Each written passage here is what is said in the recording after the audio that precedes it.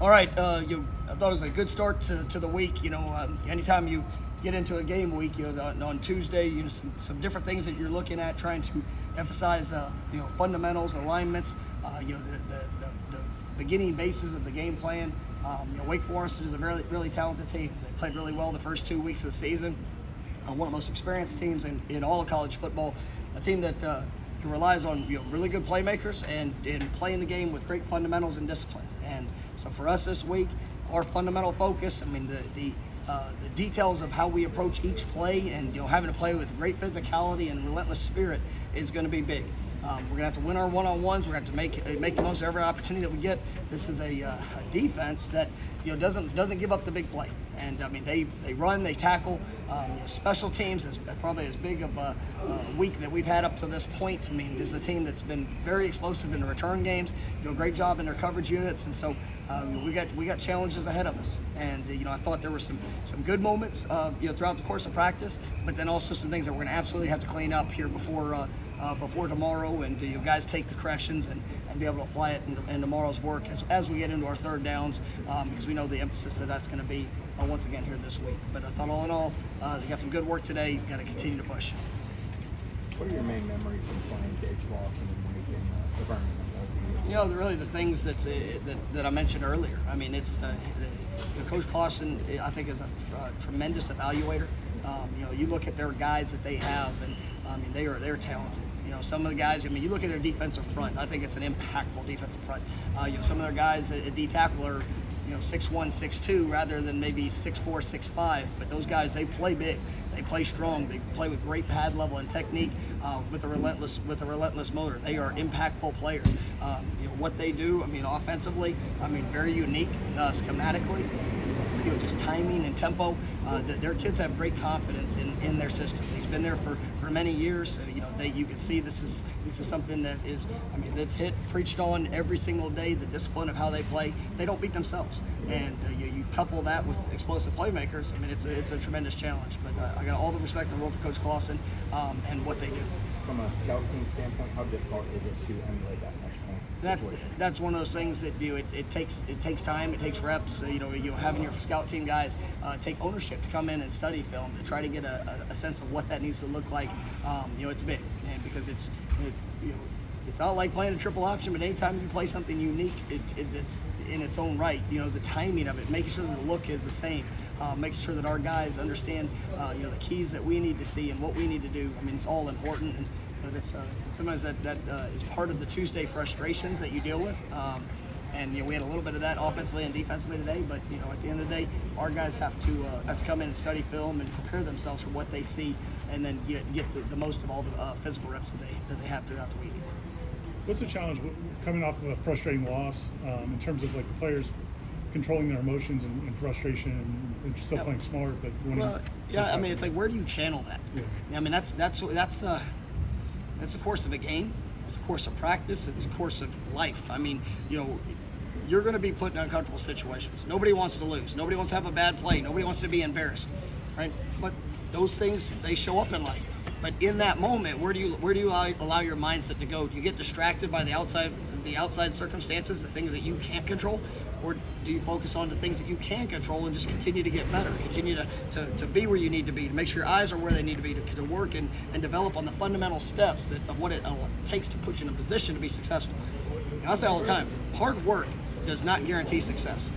Hard work just puts you in the best position to be successful, but you have to apply those actions in the moment. So that's one of the big things that we're pushing on. It starts in meetings this morning. How do you come in and sit in meetings? Are you on the edge of your seat taking notes? Is fire burning out of your eyes to learn and to grasp that information? Or are you just kind of going through the motions and just checking off a box? You do that, probably not going to play to the best of your ability in the crunch time moments. And so that's the continued education of what we try to provide for our guys. Yeah. You talked yesterday about kind of, even if it's McKenzie's the guy, you're going to find Jordan ways to get on the field. What gives you the reason of establishing the perimeter depth chart kind of coming into this season? I mean, I believe that McKenzie has worked really hard, has earned it, did a nice job the other night. Even some plays that he'd like to have back, gave us opportunities. Jordan is a dynamic player. You think he has an incredible future in helping this football team win games. That's per week, that's per game. I mean, it's not. It's his development and the investment that he puts into it is big. For us in establishing what that is week in and week out, that's our job as coaches. But excited about what McKenzie brings. Just his energy, the positive approach to lifting up teammates, to investing in those guys. He's got great leadership qualities. We got to play great around him, and and obviously he's got to play at a very high standard. Why do you think Lawrence hasn't had quite as much success when he's run the ball this year compared to last year? And it's a small sample size. Yeah, I mean, I think it's a small sample size, but there's some things, even just the other day, all the right intentions.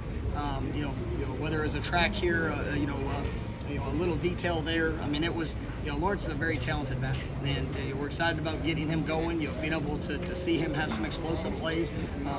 But that was one of the things that came out the other night. Just some of the smaller details of putting himself in the best position to have those game-breaking opportunities, and I think that's where you've seen kind of the emergence of Jay Sean and even Trey Sean, at times there last week. I mean, just that consistency of where we need to be, what it needs to look like, and then let your guy give a tail and take over in those reactional moments. Do you want to see more from the receivers after the catch? It seemed like, I know Jackson State was playing deep, but are you? That's a big point. When teams are playing soft and then teams are making everything stay in front. I mean, you've got to have playmaking ability with the ball in your hands. I thought Darian Williamson was one that stood out in that regards.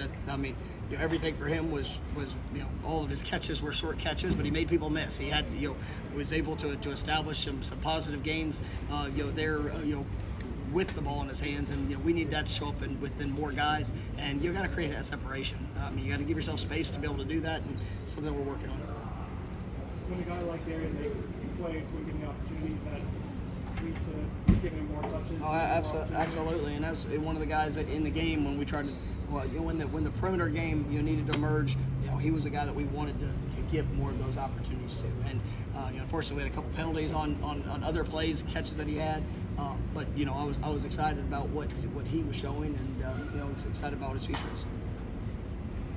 Been a few guys in orange jerseys. Is that just guys not handling the weekend well? Things within the team that we need to make sure that on, off, in every capacity, we're living up to our standard.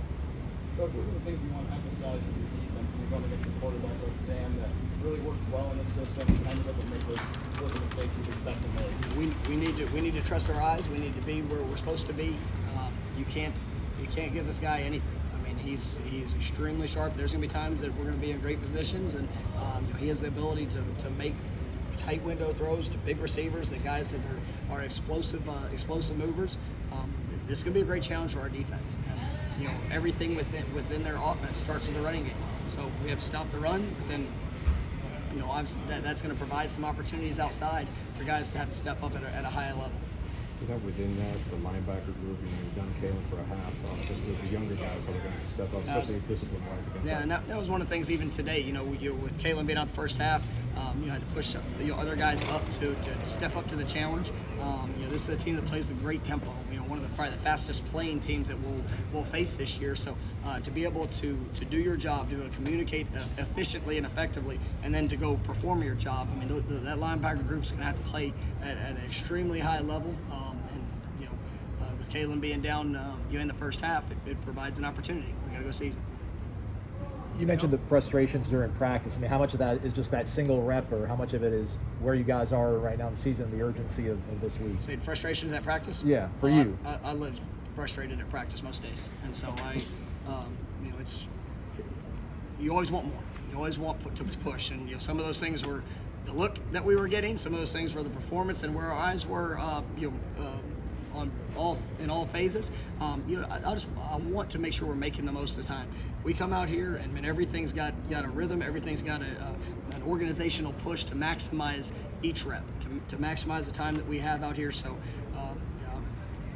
like I said, I live in frustration at practice, and I'm pretty good at it. One more thing, McKenzie.